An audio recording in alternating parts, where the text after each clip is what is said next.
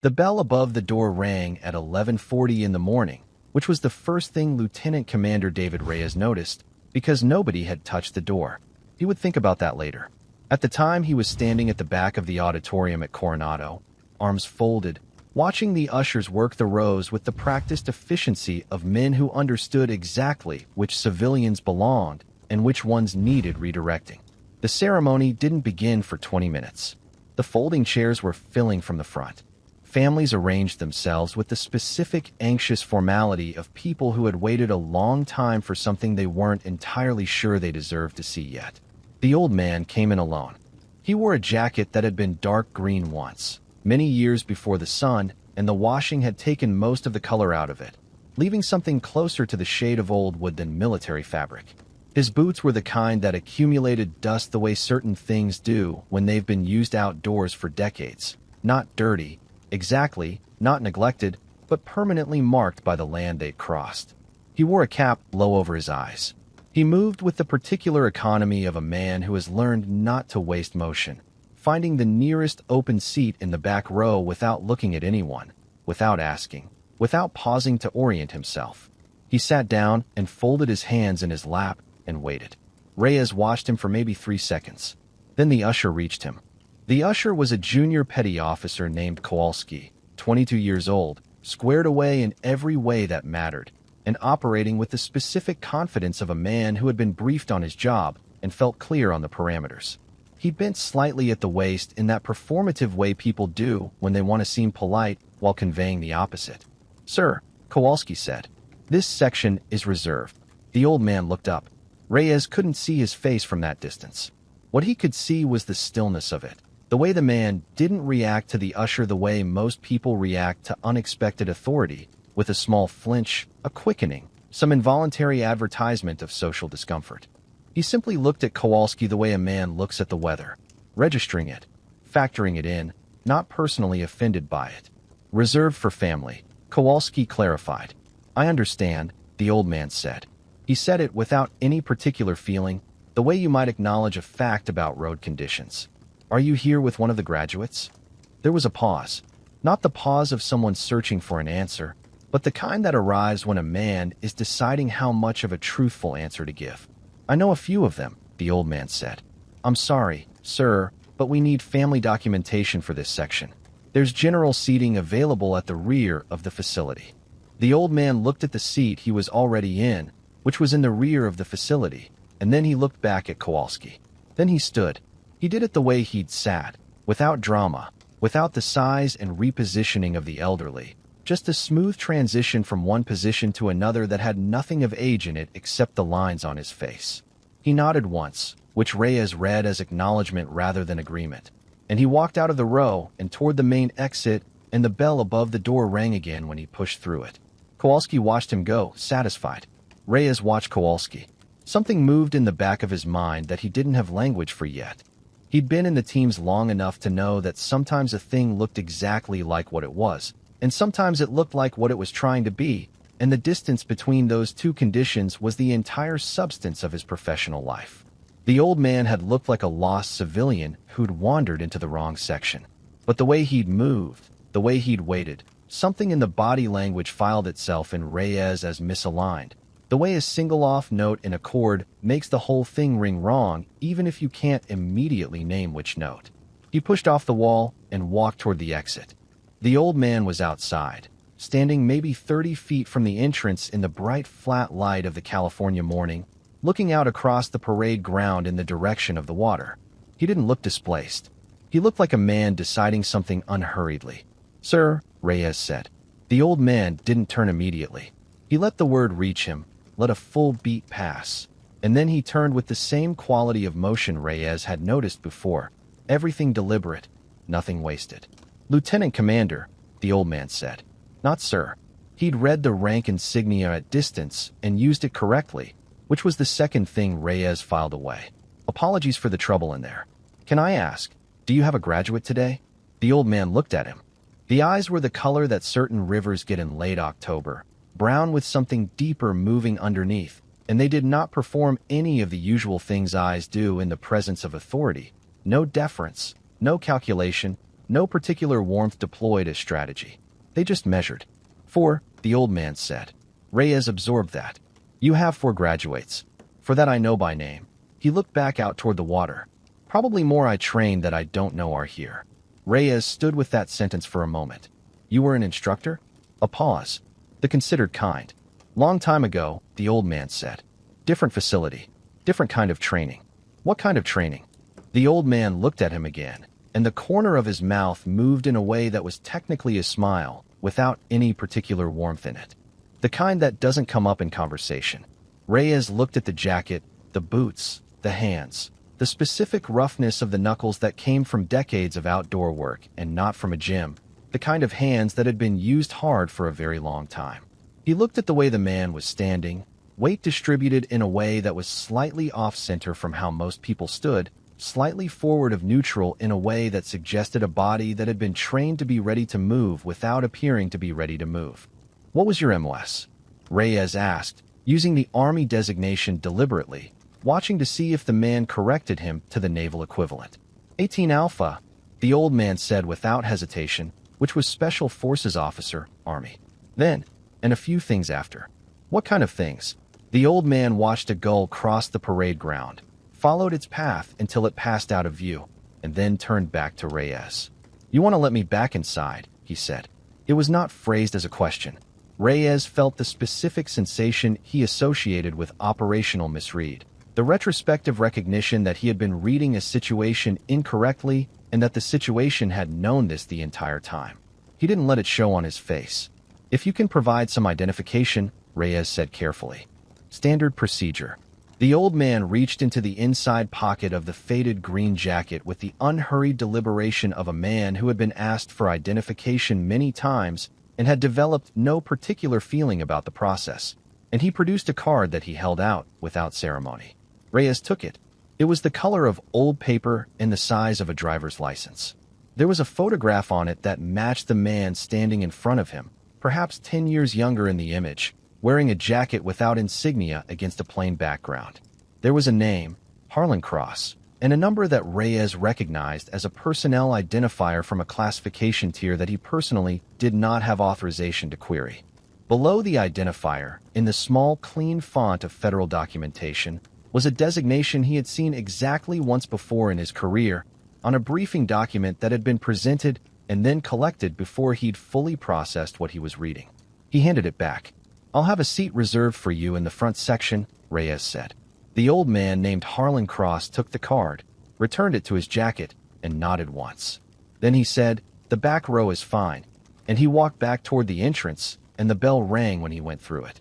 Reyes stood on the parade ground for another 30 seconds. He was trying to identify the specific texture of what he was feeling. It wasn't exactly awe, though awe was in it. It wasn't exactly embarrassment, though that was in it too. It was the particular recalibration that arrived when you discovered the actual dimensions of something you'd been handling, as if you understood its dimensions, and the gap between what you'd assumed and what was true was large enough that looking at the gap directly made you feel briefly untethered. He went back inside. He found Kowalski by the side entrance and spoke to him quietly. Kowalski's face went through several changes in rapid succession. He started to say something and then stopped. Reyes watched him reassemble himself. Yes, sir, Kowalski said. The ceremony began at 12 o'clock. The commanding officer opened with the words he always used, the same structure, the same cadence, the specific gravity of language chosen not for beauty but for weight. Reyes stood to the left of the stage and watched the rows. Harlan Cross sat in the back row. He sat the way he'd sat before, hands folded, body still, eyes forward. He didn't take photographs. He didn't lean to whisper to neighbors.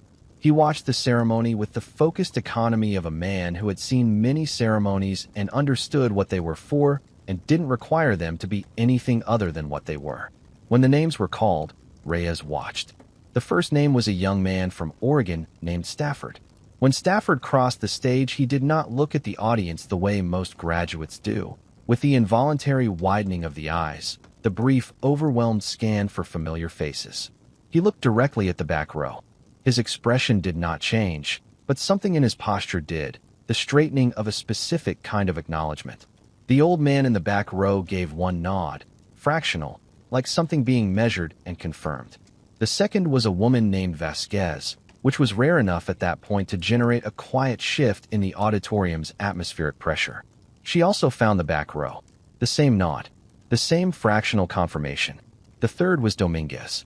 The fourth was a man named Okafor whose citation, read aloud by the commanding officer, included the phrase classified special operations advisory, which caused 3 or 4 people in the audience to exchange glances the way people do when something lands in a room that they don't quite have the frame for. After each one, the nod. After each one, the same quality of stillness in the man who gave it. Not pride exactly, nothing that displayed itself, but the specific composure of someone who had invested something over a long period of time and was now watching it return. It was during Okafor's citation that the commanding officer paused. He was halfway through the secondary commendations, the specific language about the classified advisory program, the operational results that could be referenced in abbreviated form, and he stopped mid-sentence in a way that was not like forgetting one's place. It was the stop of a man who has heard something, or seen something, or become aware of something in his peripheral vision that has changed the nature of what he is doing. He looked up from the citation. He looked at the audience. His eyes moved across the rows with the practiced scan of a man accustomed to evaluating rooms quickly, and when they reached the back row they stopped. For 3 seconds the auditorium held the specific silence of a room in which something is happening that no one in it yet understands. Then the commanding officer stepped back from the podium. He stepped back the way a man steps back when he wants to create a particular kind of space, a deliberate spatial gesture. He looked at his aide, a young lieutenant named Park who was standing to the right of the stage with a clipboard and the expression of someone who had prepared for this ceremony extensively and was now experiencing its departure from the prepared version. Park looked back at him. The commanding officer said something too quiet to carry across the auditorium. Park looked at the back row. Then the commanding officer spoke into the microphone. "I need to pause the ceremony briefly," he said. In 15 years of attending SEAL graduation ceremonies, Reyes had never heard those words in that order. The room shifted. Not loudly, quietly, the way rooms shift when authority performs something unexpected and the people in the room are trying to determine whether this is alarming or merely unusual. The families exchanged glances. The graduates stood very still on the stage. Several of them did not exchange glances. Stafford, Vasquez, Dominguez, and Okafor stood with the particular quality of men and women who had already understood what was happening and were simply waiting for the room to catch up. The commanding officer stepped down from the stage.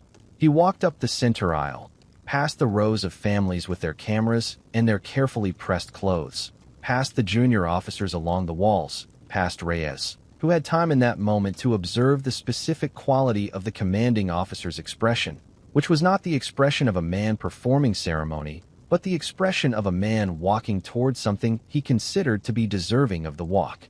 He reached the back row. He stopped in front of Harlan Cross.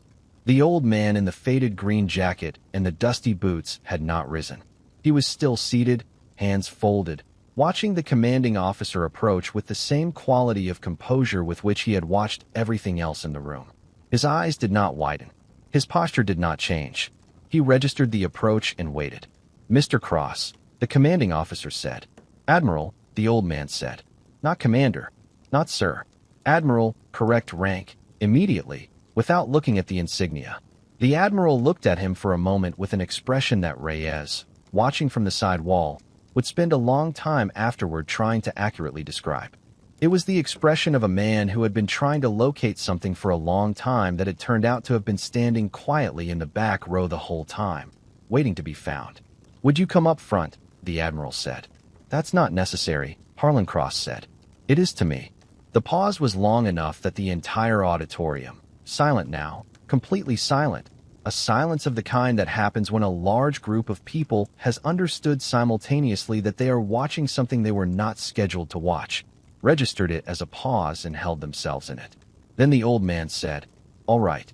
He rose the same way he'd risen before.